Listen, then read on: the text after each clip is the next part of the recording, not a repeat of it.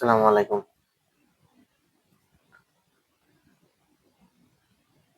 লা লিগাতে গতকাল রাত্রে বার্সেলোনা এবং জিরোনার যে ম্যাচটা ছিল অত্যন্ত গুরুত্বপূর্ণ এবং সেখানে কিন্তু বার্সেলোনা আসলে আহ, একটা অলৌকিকভাবে 2-1 গোলে জিরোনার মাঠে আসলে 2-1 গোলে হেরে গিয়েছে। মানে অনেকটা এরকম ছিল যে হাম তো নেহে জিতেঙ্গে, হামারা মার্জি হে হাম নেহে জিতেগা। হ্যান্সি ফ্লিকের ট্যাকটিক্স এর অন্যতম একটা এই জায়গাটাতে অন্যতম একটা রিস্ক, সেটা হচ্ছে তার হাইল্যান্ড ডিফেন্স।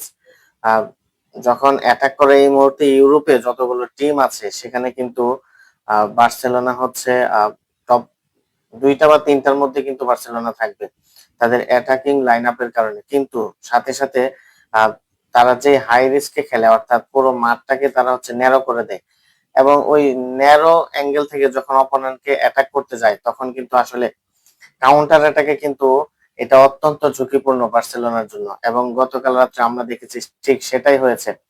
জিরোনার ঘরের মাঠে 2-1 গোলে বার্সেলোনা যে হেরেছে এবং লা লিগাতে তারা কিন্তু এখন পয়েন্ট টেবিলের দ্বিতীয় স্থানে আছে। রিয়াল মাদ্রিদের সাথে তাদের পয়েন্ট ব্যবধান মাত্র 2। এবং রিয়াল মাদ্রিদের সাথে যা হচ্ছে আসলে একটা হযবরল অবস্থা মাদ্রিদের সাথে। জাভি আলোনসো গত মাসে হচ্ছে তিনি রিজাইন করেছেন। রিজাইন করে এটা কিন্তু আসলে রিয়াল মাদ্রিদের এরকমটা হওয়ার কথা ছিল না। কিলিয়ান এমবাপ্পে, ভিনিসিয়াস জুনিয়র, এতগুলো স্টার প্লেয়ার রিয়াল মাদ্রিদে থাকার পরেও রিয়াল মাদ্রিদ কিন্তু আসলে ওইভাবে তাদের খেলাগুলোকে আসলে গুছিয়ে নিতে পারেনি। সেখান থেকে যদি রিয়াল মাদ্রিদ আসলে লা লিগার টেবিলের পয়েন্ট টেবিলের ওয়ানে চলে যায়, সেটা কিন্তু আসলে বার্সেলোনার জন্য অত্যন্ত ঝুঁকিপূর্ণ। এবং লিগের এই সময়ে এসে আহ, এটা কিন্তু লিগের সেকেন্ড হাফ চলছে এবং এই সময় এসে হাতে কিন্তু খুব বেশি ম্যাচ বাকি নেই। সেখান থেকে যদি আসলে তারা এইভাবে পয়েন্ট লুজ করে তাহলে কিন্তু আহ, মনে হচ্ছে না যে লা লিগা আসলে এই বছর বার্সেলোনা খুব বেশি ভালো করতে পারবে। গত সিজনেও দেখা গিয়েছে যে একেবারে শেষ মুহূর্তে চ্যাম্পিয়ন্স লিগের সেমিফাইনালে ইন্টার মিলানের সাথে আসলে তারা যেভাবে লাস্ট মুহূর্তে গিয়ে হেরেছে। এবং এই হাইল্যান্ড ডিফেন্সের এটাই হচ্ছে অত্যন্ত ঝুঁকিপূর্ণ। যখন দেখা যায় যে প্লেয়াররা হচ্ছে যখন একেবারে অপোনেন্টের হাফে চলে যায় অ্যাটাক করার জন্য, তখন কাউন্টার অ্যাটাকে কিন্তু খুব বেশি ডিফেন্সের নাম্বারস কিন্তু আমরা দেখি না। আর অনেক সময় সিচুয়েশন এরকম হয় যে দুই দুই ভার্সেস দুই এবং 3-3। তো এইরকম সিচুয়েশনে আসলে মনে হয় যে প্রতিটা কাউন্টার অ্যাটাকের জন্য আসলে বার্সেলোনা এখন গোল খেয়ে বসবে। এবং গতকালকেও ঠিক সেটাই হচ্ছে। ফার্স্ট হাফে কিন্তু লামিন ইয়ামাল এবং রাফিনহা ছিল এবং অ্যাটাক কিন্তু বার্সেলোনা আসলে প্রথম থেকেই অত্যন্ত দুর্দান্ত অ্যাটাক করছিল। একটা বিষয় এখানে হচ্ছে পেদ্রি কিন্তু ইনজুরির কারণে আসলে পেদ্রি ছিল না বার্সেলোনার হয়ে। বলা যায় যে বার্সেলোনার মিডফিল্ডের যে নিউক্লিয়াস বলা যায় পেদ্রিকে, পেদ্রি কিন্তু আসলে মিডফিল্ডে ছিল না ইনজুরির কারণে। এবং পেদ্রির অভাব কিন্তু আসলে খুব ভালোভাবে টের পেয়েছে বার্সেলোনা। সেখানে দানি অলমো ছিল এবং ফ্র্যাঙ্কি ডি ইয়ং সম্ভবত ছিল, কিন্তু আসলে পেদ্রির যে ইম্প্যাক্ট তারা কিন্তু সেটা আসলে রাখতে পারেনি। এবং সেকেন্ড হাফে গিয়ে ফার্স্ট হাফে কিন্তু লামিন ইয়ামাল একটা পেনাল্টিও আসলে সেখানে মিস করেছে। গোল পোস্টের মধ্যে উডওয়ার্কে হিট করে আসলে বলটা ফিরে এসেছে। এবং লামিন ইয়ামাল কিন্তু আসলে 1 ভার্সেস 1 গোলকিপারের সাথে আসলে একটা ভালো সুযোগ সেখানে মিস করেছে। এবং সেকেন্ড হাফে গিয়ে খেলা কিন্তু পুরো আসলে ঘুরে গিয়েছে। সেখানে আসলে জিরোনা কিন্তু দারুণ ভাবে খেলায় ফিরে এসেছে এবং তারা কিন্তু ম্যাচের 60তম মিনিটে পাউ কুবার্সি হচ্ছে জোল স্কুন্ডের ক্রস থেকে পাউ কুবার্সি একটা গোল করে। এবং সেখান থেকে যখন বার্সেলোনা 1-0 গোলে এগিয়ে যায়, মনে হচ্ছিল যে হয়তোবা আসলে বার্সেলোনা অত্যন্ত কঠিন একটা ম্যাচ জিরোনার ঘরের মাঠ থেকে হচ্ছে 3 পয়েন্ট নিয়ে ফিরে আসবে, কিন্তু আসলে শেষ পর্যন্ত সেটা হয়নি। আহ এরপরে গিয়ে যখন জিরোনা একটা গোল খেয়ে বসে, সেখান থেকে কিন্তু জিরোনা দারুণ ভাবে আসলে খেলায় ফিরে আসে। একেবারে পাগলাটে একটা ম্যাচ ছিল গতকালকে বলা যায়। এবং জিরোনা যেটা হচ্ছে দেখতে পেয়েছি যে গোল খাওয়ার পরে তাদের যেন আসলে উল্টা মোটিভেশন তারা পেয়েছে যে না, আমাদের হচ্ছে এখন খেলায় ফিরে আসতে হবে।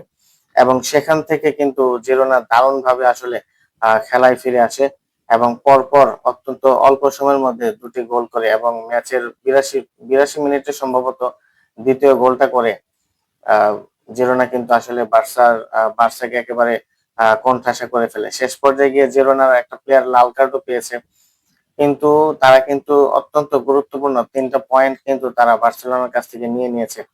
এবং বার্সা কিন্তু তাদের কিন্তু এখন আসলে একটা হাই রিস্ক যে আসলে হ্যান্সি ফ্লিকের যেই ট্যাকটিক্স পরপর টানা ২টা ম্যাচে প্রথমে অ্যাটলেটিকো মাদ্রিদের সাথে ৪-০ গোলে এবং গতকালকে ২-১ গোলে পরপর এরকম ২টা হারের পরে এবং চ্যাম্পিয়ন্স লিগের ম্যাচও কিন্তু তাদের সামনে রয়েছে।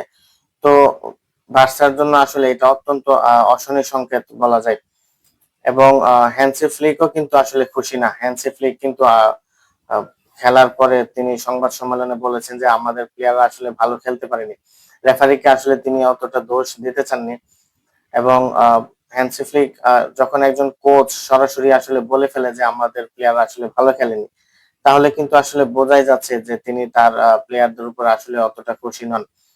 আহ, এখানে যে বিষয়টা সেটা হচ্ছে বার্সা যতক্ষণ অ্যাটাক করে তখন কিন্তু আসলে আহ, মনে হয় যে এই এই মুহূর্তে ওয়ার্ল্ডের one of the attacking team হচ্ছে বার্সেলোনা। কিন্তু একই সাথে বিপরীত চিত্রটা কিন্তু আমরা দেখতে পাই যখন হচ্ছে কাউন্টার অ্যাটাকে খেলা অপোনেন্ট বল পায়, মনে হয় যেন প্রত্যেকটা কাউন্টার অ্যাটাকে মনে হয় যেন এই মুহূর্তে আসলে বার্সা হয়তো একটা গোল খাবে।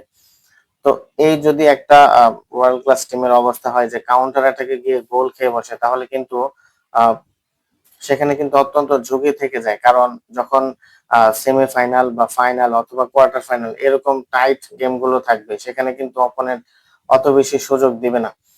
হ্যান্সি ফ্লিকের একটা তার ট্যাকটিক্স এর অন্যতম একটা বিষয় হচ্ছে যে গোল তো আমাদেরকে খেতেই হবে, যেহেতু হাইল্যান্ড ডিফেন্স খেলা হয়। তো সেহেতু হ্যান্সি ফ্লিকের তার টার্গেট থাকে যে যত বেশি আসলে গোল দেওয়া যায়, যত বেশি আসলে অপোনেন্টকে গোল দেওয়া যায়, সেটা হচ্ছে তার একটা বিষয় থাকে। কিন্তু অপোনেন্ট কিন্তু আসলে অনেক সময় তার এই ট্যাকটিক্স কিন্তু ধরে ফেলে। এবং সেটাই হয়েছে, সেটাই হচ্ছে বারবার। প্রথমে অ্যাটলেটিকো মাদ্রিদ এবং পরে জিরোনা। আসলে অপোনেন্ট যদি রিড করে ফেলে যে আপনি আসলে কি করতে চাচ্ছেন বা কোনটা করবেন, তাহলে কিন্তু এটা আসলেই হ্যান্সি ফ্লিকের জন্য এবং বার্সার জন্য আসলেই একটা চিন্তার বিষয়। এবং বরাবরই দেখা যাচ্ছে যে হ্যান্সি ফ্লিকের কিন্তু আসলে প্ল্যান বি বলে আসলে ওইভাবে কিছু দেখা যাচ্ছে না। এখানে একটা বিষয় হ্যান্সি ফ্লিক সেটাও করতে পারতো যে যখন তার টিম গোল গোল পেয়ে গেছে ১-০ গোলে বা ২-০ গোলের লিড যখন তার কাছে থাকে, তখন কিন্তু ডিফেন্সিভ মোডেও তিনি আসলে যেতে পারতেন, অথবা তার যে হাইলাইন ট্যাকটিক্স সেটা থেকে কিন্তু তিনি আসলে বের হয়ে ওয়াইড ওপেন খেলা বা পজিশন খেলা সেটাও কিন্তু তিনি করতে পারতেন। যেহেতু তার সেই প্লেয়ারদের মধ্যে ওই ক্যাপাবিলিটি বার্সার প্লেয়ারদের মধ্যে আছে যে বল ধরে খেলার মতো। কিন্তু আসলে ওই রকম কোনো প্ল্যান আসলে দেখা যাচ্ছে না। আহ, এখানে একটা ইন্টারেস্টিং ব্যাপার হচ্ছে গত বছর বার্সা যে ইন্টার মিলানের সাথে যে চ্যাম্পিয়ন্স লিগ থেকে হেরে বিদায় নেয়, সেখানেও কিন্তু ম্যাচের যখন ৩ মিনিট সময় বাকি ছিল তখন কিন্তু বার্সা আসলে এগ্রিগেটে এগিয়ে ছিল, সম্ভবত ৫-৪ গোলে এগিয়ে ছিল। সেখান থেকে কিন্তু আসলে কেউই ভাবেনি যে বার্সা সেখান থেকে আসলে গোল খেয়ে আসলে বিদায় নিবে।